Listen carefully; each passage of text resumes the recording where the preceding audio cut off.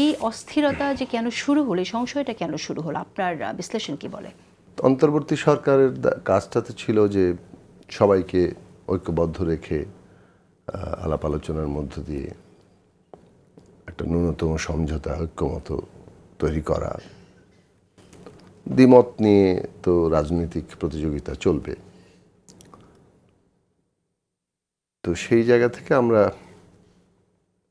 একটা গণতান্ত্রিক উত্তরণে যাব। কিন্তু এই যে ঐক্যবদ্ধ রাখার যে দায়িত্ব, সেটা তো প্রধানত অন্তর্বর্তী সরকারের পর্দায়।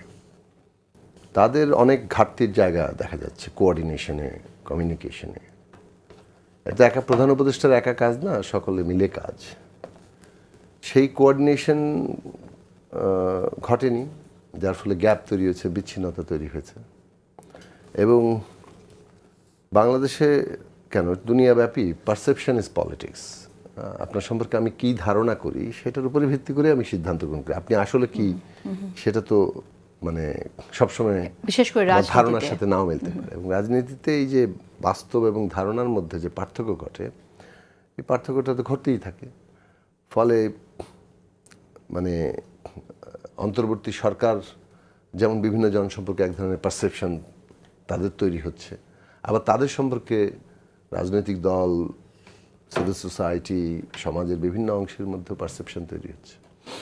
সেগুলো অনেক ক্ষেত্রেই যথার্থ নাও হতে পারে, এবং অনেক ক্ষেত্রে যথার্থ না এরকম আমি অনেকগুলো বিষয়ে, ধরেন আমার নিজের কিংবা আমাদের দলের দিক থেকে যে আমরা বলি, বোঝাপড়ার দিক থেকে আমাদের মনে হয়েছে যে পারসেপশন এবং রিয়ালিটি এক নয়।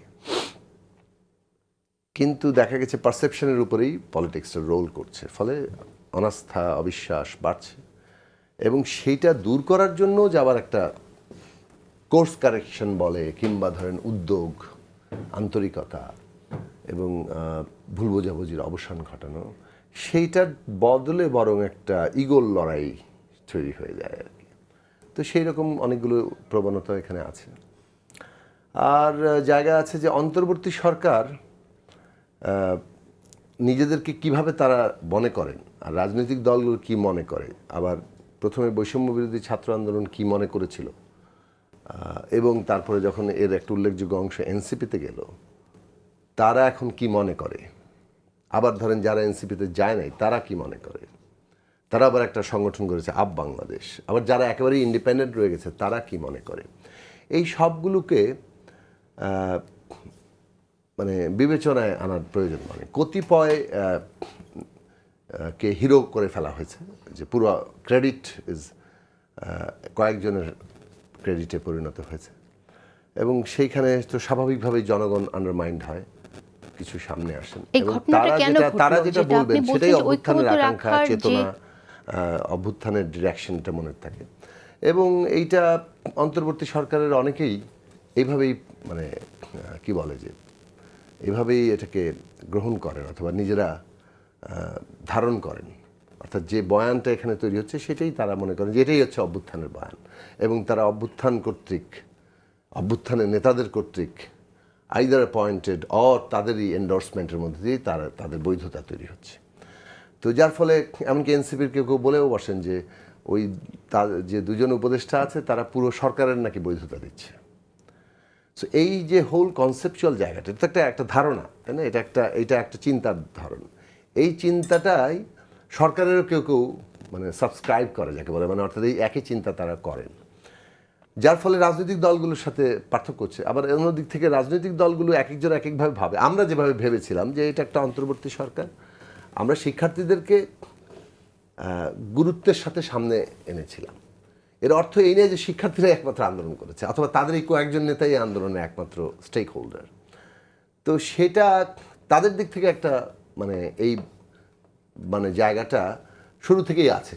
যেমন ক্রেডিট ক্লেম করা, আমরাই করেছি, 15 বছরে কেউ কিছু পারেনি, এই যে এই সমস্ত বক্তব্যের মধ্যে দিয়ে মানে জনগণের একটা উত্থানকে নিজেদের মনোপলাইজ করে ফেলার চেষ্টা করা, সেটার মধ্যে তো প্রবণতার দিক থেকে এসব হাসিনাগিরি প্রবণতা আর কি আমরা মনে করি। তো এই ধরনের ক্রেডিট ক্লেইমের যে প্রবণতা আছে, অন্যদিক থেকে রাজনৈতিক দলগুলো যেভাবে ধরেন ভেবেছে না সকলে মিলে একটা সমর্থন দেওয়া হলো, সেখানে একটা মানে সবাই যাতে একটা যাকে বলে যে ইকুইটি বজায় থাকবে, তো সেই ইকুইটির জায়গা তো নাই। এখন ধরেন ওনারা অনেক ব্যস্ত, ওনাদের সময় নাই। আজকে বিএনপির সাথে বসা হচ্ছে, জামাতের সাথে বসা হচ্ছে, এনসিপির সাথে বসা হচ্ছে, কালকে আবার সবার সাথে একসাথে বসা হবে। এটার মানে কি? তাহলে আপনি কেউ কেউ বেশি গুরুত্ব, হ্যাঁ সবাই এক নয়, এটা আমি মনে হচ্ছে অবশ্যই আমি এই ক্লেম করছি না যে প্রত্যেকের সাথে আপনাদের সমান তালে বসতে হবে। দল ছোট বড়, গুরুত্ব অগুরুত্ব এটা নানা কারণেই তৈরি হয়, কিন্তু খুব দৃশ্যমানভাবে তাদের কিছু পছন্দ তৈরি হয়েছে, পক্ষপাত তৈরি হয়েছে। কোনো জায়গায় পছন্দ পক্ষপাত, কোনো জায়গায় হচ্ছে বাধ্যতা, মানে আপনি এড়িয়ে যেতে পারছেন না বলে, বাকিটা আনুষ্ঠানিকতার মতো। ফলে এই রকম অনেকগুলো জায়গা সৃষ্টি হয়েছে। এই সৃষ্টির মধ্য দিয়ে দূরত্ব তৈরি হচ্ছে। শুরু থেকেই খুব জনগণের দাবি দেওয়ার প্রতি উদাসীন, এবং দাবি দেওয়া দেখলেই এত আন্দোলন কেন, এত আন্দোলন কেন। হ্যাঁ, অনেকগুলো আন্দোলনের নামে একটা মূলত বিশৃঙ্খলা সৃষ্টির চেষ্টাই ছিল, সেগুলো চিহ্নিত করা যেতে পারে। যেমন আমরা চট্টগ্রামের ঘটনা দেখেছি, এরকম বেশ কয়েকটি উপাদানকে চিহ্নিত করা যেতে পারে।